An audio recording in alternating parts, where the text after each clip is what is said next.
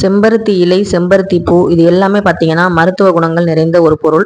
இந்த செம்பருத்தி இலை, இந்த பூக்கள் இதெல்லாம் வந்து பார்த்தீங்கன்னா அம்பாளுக்கும் உரிய ஒரு பூ. தெய்வத்துக்கு வந்து நம்ம சமர்ப்பிக்கலாம். ஒரு மகாலட்சுமி கடாட்சம் நிறைந்த ஒரு பூ. அதே மாதிரி இந்த இலையும் அப்படிதான்.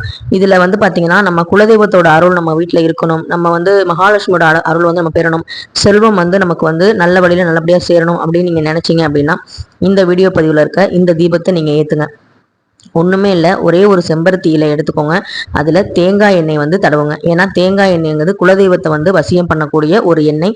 குலதெய்வத்தோட அருள் வந்து நமக்கு பரிபூர்ணமாக கிடைக்கக்கூடிய ஒரு பொருள் தான். அதனால் அதே மாதிரி விநாயகருக்கும் உரியது தேங்காய் எண்ணெய் தீபம். இந்த தீபத்தை வந்து நம்ம ஏற்றும் போது ரொம்ப ரொம்ப நல்ல பலன்கள் கிடைக்கும். நம்ம தேங்காய் எண்ணெயை ஊற்றி தீபம் ஏற்ற போகிறதில்ல. தேங்காய் எண்ணெயை அந்த செம்பருத்தி இலையில தடவி அது மேலே வந்து ஒரு மண் நகல் வச்சு அதில் வந்து நம்ம நல்லெண்ணெய் ஊற்றி பஞ்சு திரி போட்டு நம்ம வந்து பார்த்தீங்கன்னா விளக்கு வந்து ஏற்றினாலே போதும். இந்த விளக்கை எந்த நாளில் ஏற்றணும், எந்த நேரத்தில் ஏற்றணும் அப்படிங்கிற கணக்கெல்லாம் கிடையாது.